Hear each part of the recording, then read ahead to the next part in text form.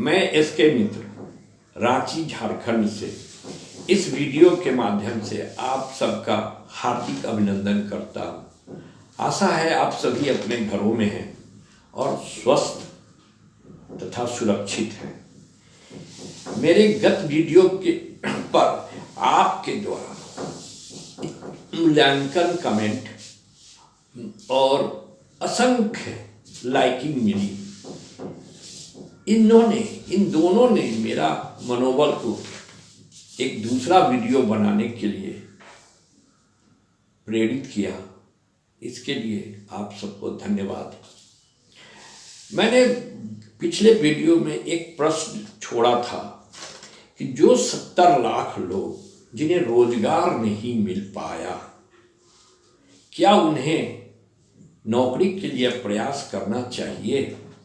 वास्तव में यह देखा जाता है कि जिसे नौकरी नहीं मिली उसका कोई पहचान नहीं, इसीलिए आधी जीवन से भी अधिक तक लोग नौकरी का प्रयास करते हैं। मित्रों, ऐसा इसलिए होता है कि हम अपने व्यवसाय अर्थात करियर का चुनाव सुनकर करते हैं, चुनकर नहीं करते। हम क्या करेंगे, हमें आदेश दिया जाता है, हमें यह करना है, वो करना है। हमारी इच्छाओं का कोई इज्जत नहीं की जाती है। हमें दबाव में सामाजिक हो, पारिवारिक हो, वह व्यवसाय चुनना पड़ता है जो लोग चाहते हैं। और ये दबाव देने वाले लोग वही लॉर्ड मैकले से शिक्षा प्राप्त किए हुए हैं, जिन्हें नौकरी स्वरोजगार से अधिक की कोई जानकारी नहीं है। इसका कुफल हमारे करियर के चुनाव पर पड़ता है। आश्चर्य तो यह है कि करियर की परिभाषा भी पूर्ण रूप से नहीं दिया गया है। करियर का अर्थ यह समझा जाता है कि हम अपना रोटी, कपड़ा और मकान की व्यवस्था किसी तरह कंप्रोमाइज करके कर ले, तो यही मेरा करियर है। दरअसल पूछिए, करियर की यह परिभाषा ही नहीं। करियर का अर्थ होता है जिसमें मनी, टाइम फ्रीडम और फैमिली फाइनेंशियल सिक्योरिटी का सामंजस्य हो, जीवन में बैलेंसिंग हो जाए इन तीनों चीज़ का, वही करियर है। अगर ये तीनों चीज़ नहीं होते हैं उसे करियर कहना गलत होगा। अब मनी के बारे में बोलूँगा, कितना मनी होना चाहिए, इसका भी एक आधार है। हर मनुष्य का नीड्स होता है, उसकी नेसेसिटीज होती हैं, उसके रिस्पॉन्सिबिलिटीज होते हैं, उसके ड्रीम्स भी होते हैं। इन सब चीज़ों का एक मूल्य होता है। उस मूल्य को निर्भय होकर जोड़कर देखें कितने रुपए की आवश्यकता होती है जीवन पर्यंत, उसी रुपया को प्राप्त करना मूल्य मनी कहलाएगा। एक आंकड़ा भी है, एक सर्वे होती है जो हर 20 साल पर होती है। 1940 में एक मध्यम वर्ग का जीवन यापन करने के लिए किसी तरह, लैविशली नहीं, मध्यम वर्ग कभी लैविश हो ही नहीं सकता, उसको किसी तरह जीवन यापन करने के लिए 1940 में 10 रुपये, 1960 में वही 100 रुपया हो गया। फिर 20 साल बाद 1980 में 1000 रुपया, और वो 1000 रुपया 2000 साल भी 1000 बढ़ के 10,000 हो गया। तो क्या गति ये नहीं बताता कि 2020 में अभी रिजल्ट नहीं आया है, 1 लाख नहीं होगा? महसूस किया जा रहा है 1 लाख से कम नहीं होगा। अगर सिर्फ needs, necessity and necessary responsibility को पूरा किया जाए मात्र, तब 1 लाख रुपए की आवश्यकता होगी। तो मान लिया अब 1 लाख रुपए हो गए। अब दूसरा पॉइंट है टाइम फ्रीडम। ये 1 लाख रुपया तो हमें मिलने लगा, लेकिन इस 1 लाख को खर्च करने के लिए मुझे अपने परिवार के साथ समय चाहिए। अगर मुझे समय नहीं है, समय की आज़ादी नहीं, तो हम इस रुपये का क्या करेंगे। मान लीजिए मेरे पिताजी की मृत्यु हो जाए और हम ऑनलाइन मुखाग्नि करें, तो इस रुपये का क्या अर्थ। अब तीसरी बात है family financial security. Family financial security का अर्थ है कि भविष्य को कोई नहीं जानता। आज हम जिस हालात में हैं, कल हम उसी हालात में रहेंगे, ऐसा मानना सर्वथा उचित नहीं। हम कभी ऐसा भी होता है कि बड़ा बड़ा परिवार छोड़ के चल बैठे या काम करने लायक नहीं रहे। उस वक्त क्या मेरा परिवार इसी तरह रहेगा? अगर उस वक्त मेरा परिवार इसी तरह रहे, तो इसी को फैमिली फिनेंशियल सिक्योरिटी कहा जाता है।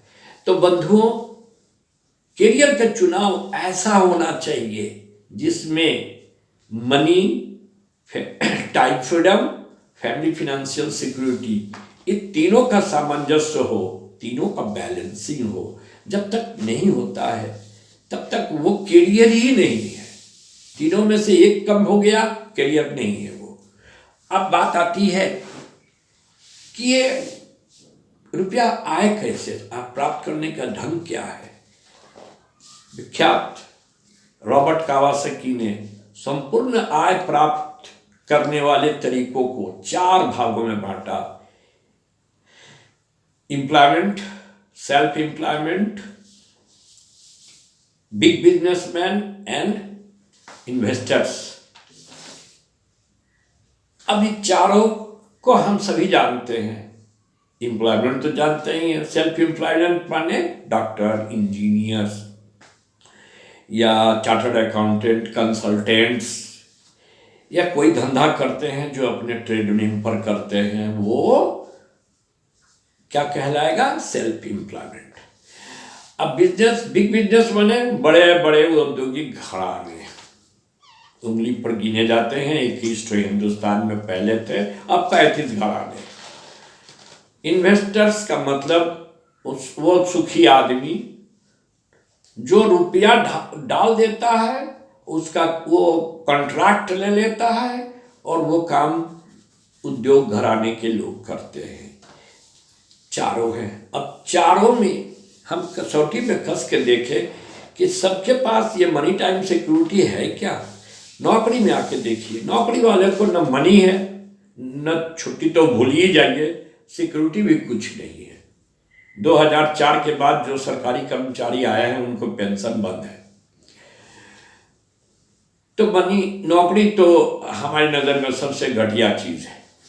अब आइए सेल्फ एम्प्लॉयमेंट। इसमें कुछ जान है, इनके पास पैसे हैं, लेकिन एक चीज़ क्या, 2 चीज़ नहीं है। इनको परिवार के साथ समय देने का समय नहीं, टाइम फ्रीडम नहीं, और भविष्य भी इनका कुछ नहीं है। अब आते हैं बिग बिजनेसमैन। ये तो लक्ष्मी पात्र हैं, इनके पास मनी भी है, टाइम भी है और फैमिली सिक्योरिटी भी है। फिर आगे चलिए, इन्वेस्टर्स। ये जो लोग हैं, ये तो इनका तो कोई काम भी नहीं है, आराम है, अर्थात इनके पास मनी फरात है, समय ही समय है और भविष्य भी ठीक ही है। अब विडंबना देखिए कि ये जो नौकरी और स्वरोजगार के लोग हैं, ये 95% हैं। बिजनेसमैन और इन्वेस्टर की तुलना में काफ़ी पढ़े लिखे हैं।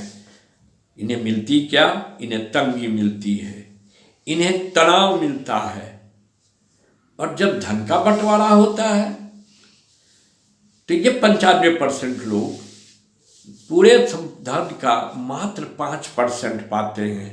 95% कौन ले जाता है? Businessman and investors.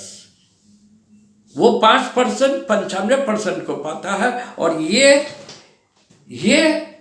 95% मात्र 5% को पाते हैं। ऐसा क्यों? ऐसा इसलिए होता है कि ये जो 95% के लोग हैं, ये लोग एक्टिव इनकम करते हैं, और वो 5% वाला पैसिव इनकम करता है। एक्टिव इनकम का अर्थ हुआ हमारा आर्थिक कारोबार स्वयं करते हैं, और पैसिव इनकम हमारे लिए कोई दूसरा कर देता है, दैट इज पैसिव इनकम है। तो अब होता क्या है कि ये जो एक्टिव और पैसिव इनकम के बीच की दीवार को हम तोड़ नहीं सकते। ये है, भले हम एक्टिव से पैसिव में जाने की हिम्मत कर सकते हैं। तो मेरा प्रश्न है कि एक्टिव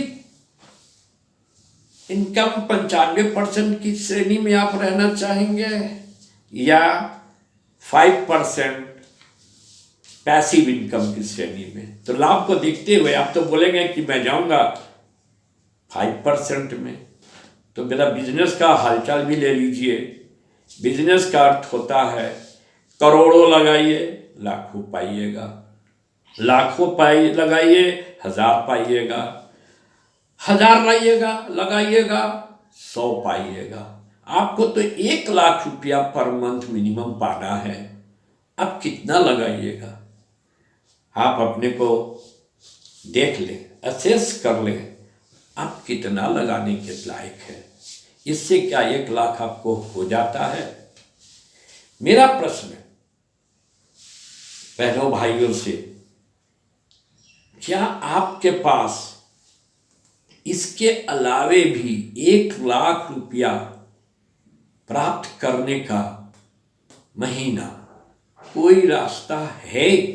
अगर रास्ता है तो कृपया बगैर देर किए कमेंट बॉक्स में जरूर लिखिए। अगर नहीं है तो आप सप्लीमेंट खाइए और मेरे अगले